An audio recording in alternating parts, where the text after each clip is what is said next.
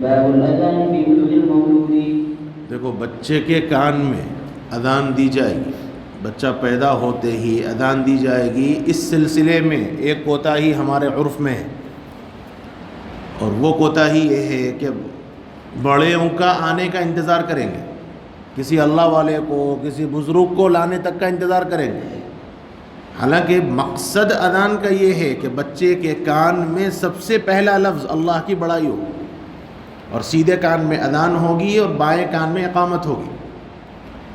لیکن مسئلہ یہ ہے کہ اس کے واسطے انتظار کریں گے، گھنٹوں 2 گھنٹے 4 گھنٹے گزر جائیں گے، اور ادھر بچہ روئے گا تو مننے چننے پتہ نہیں کیا کیا الفاظ بھی کہہ دیں گے. تو جو مقصد ہے وہ مقصد فوت ہوتا ہے. حالانکہ اس اذان کے واسطے کوئی تحدید نہیں ہے کہ مرد ہی دے، عورت ہی دے، بزرگ دے، کوئی تحدید نہیں ہے. ہاں افضل یہ ہے کہ بھئی بزرگ آدمی دینا چاہیے، جیسے حضور نے دیا.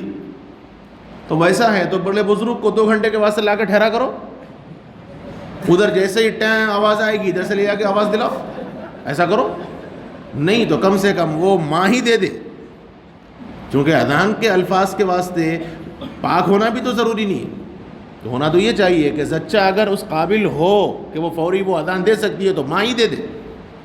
اور اگر زچہ اس قابل نہیں ہے اور بظاہر مشکل ہوتا ہے، اس موقع پر عورت اپنے میں آپ نہیں رہ سکتی، تو جو اس وقت وہاں جو آس پاس کی عورتیں ہیں جو ماں ہیں وہ دے دے.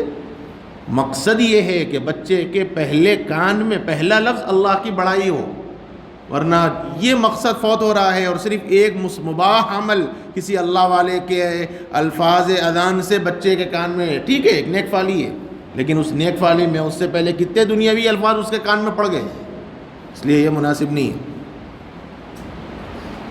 وبه قال حدثنا محمد بن بشار قال حدثنا يحيى بن سعيد وعبد الرحمن بن مهدي قال حدثنا سفيان عن عاصم بن عبيد الله بن ابي رافع النبي رضي الله عنه وعنهم قال رايت رسول الله صلى الله عليه وسلم اذن في مسجد الحسن بن علي حين ولدته فاطمه بالصلاه. هذا حديث صحيح. یہ بالصلاة کا تعلق اذنا سے ہے، یعنی اذنا بالصلاة، یعنی اذان نماز والی اذان، یعنی کوئی الگ اذان سے نہیں بلکہ نماز والی اذان دی. رأيت رسول الله صلى الله عليه وسلم أذن في أذن الحسن بن علي حين ولدته فاطمة بالصلاة. هذا حديث صحيح والعمل عليه. وروي عن النبي صلى الله عليه وسلم في العقيقة من غير وجه عن الغلام شاتان مكافئتان وعن الجارية شاة. وروي عن النبي صلى الله عليه وسلم أيضا أنه عق عن الحسن بن علي بشاة. وقد ذهب بعض أهل العلم إلى هذا الحديث.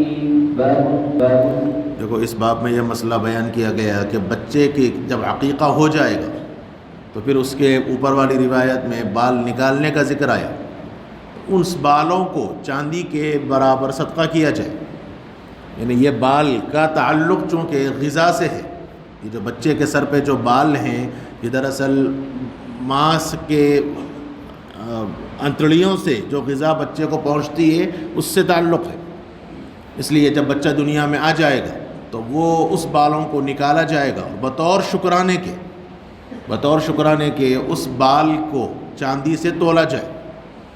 اور چاندی کی قید اس لیے لگائی گئی ہے کہ سونا ہر ایک کے بس کے بعد باہر ہے.